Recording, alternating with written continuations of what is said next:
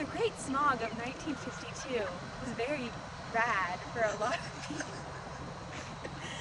The visibility was terrible. Sick people had to drive themselves because the ambulance wasn't working.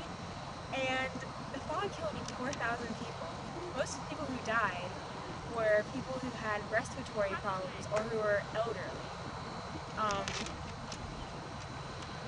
Yeah, it was bad.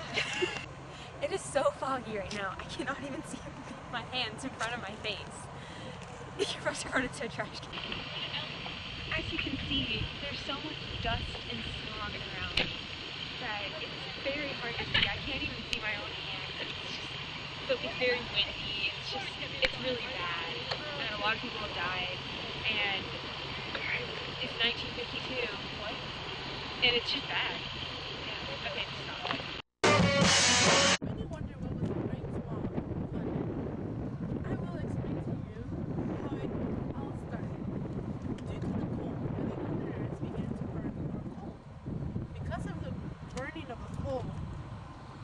And due to the heavy cold air, the concentration of fluids built up.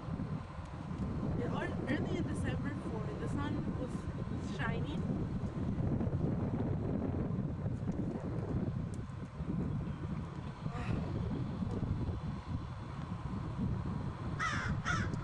Okay, it is for that investigation.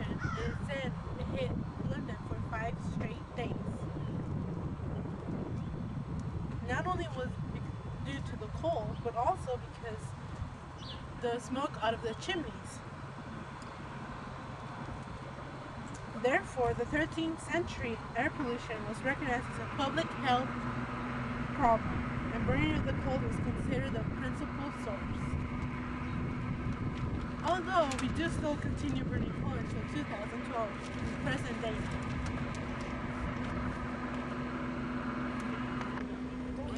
We are now getting into the environment issues. Not only were humans impacted, but also the soil in our environment, Mother Nature. The soil is now not enough. The plants need more nutrients than ever. Due to our statistics right here in my head,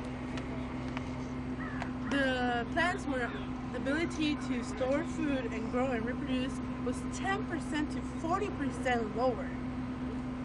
Premature aging, pollen lifespan decrease, and not only that, the smog was attributed to reduce crop yields 70 million per year. And what's the cause of this? Acid precipitation. Agriculture, such as nutrients us human bodies need, soybeans, wheat, tomatoes, lettuce, and our manufacturing skills now in the south, gone. I'm here live reporting on... What pollutants, may you ask, will cause this great smog? I will tell you. 140 tons of hydrochloric, 14 tons of fluoride, 370 sulfur dioxide converting to 800 tons in just a matter of days. Greatest damage was the ground level soil, which leads us to our environment.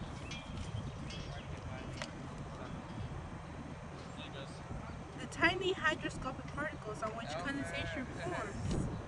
Also, when oxygen and water combine to create sulfur acid, otherwise acid rain. Due to first particles of sound from coal fires, acid taste, which is the noxious emissions, unpleasant odor, and dirty brown color on London. Now we are known as pea soupers. That is our nickname today. And back. In 1956 and 1968, Parliament passed 2 Clean Air Acts. These began the elimination of burning coal in both people's homes and in factories, which in turn helped London not to have another great smog, such as the one in 1952. According to a website I found, wait, I in. Wait, hold on. Can you pause it? I gotta see. According to our sources, 50 years on the Great Smog are gone, but invisible pollutants are still taking a major toll on health. That's how serious the smog was in 1952. Also, our sources say that some 20,000 in England alone suffer shortened lives each year. He says that vehicle emissions are the main culprits and believes the government should be doing more to tackle the problem.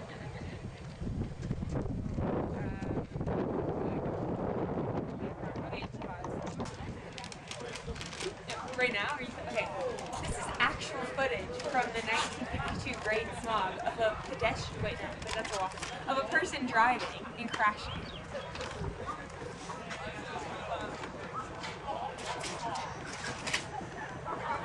So, what have been the traumatic effects that you've experienced throughout this terrible event? It's terrible. My kids don't go to school. The school is shut down. I have no job. I can't do anything about it. I'm running out of food. It's really getting... Have you seen any crashes or anything? Like anyone? Yes, actually, one of my neighborhood neighbor, someone crashed into their lawn. Oh no! I actually had to leave myself. My grandma died because she couldn't weather the smog. My kid, 2-year-old, And you can't really see it drive. the ambulances are shut down. I can't do anything about it. It's hard to breathe, yeah. It's only the first day. I hope. I just pray that.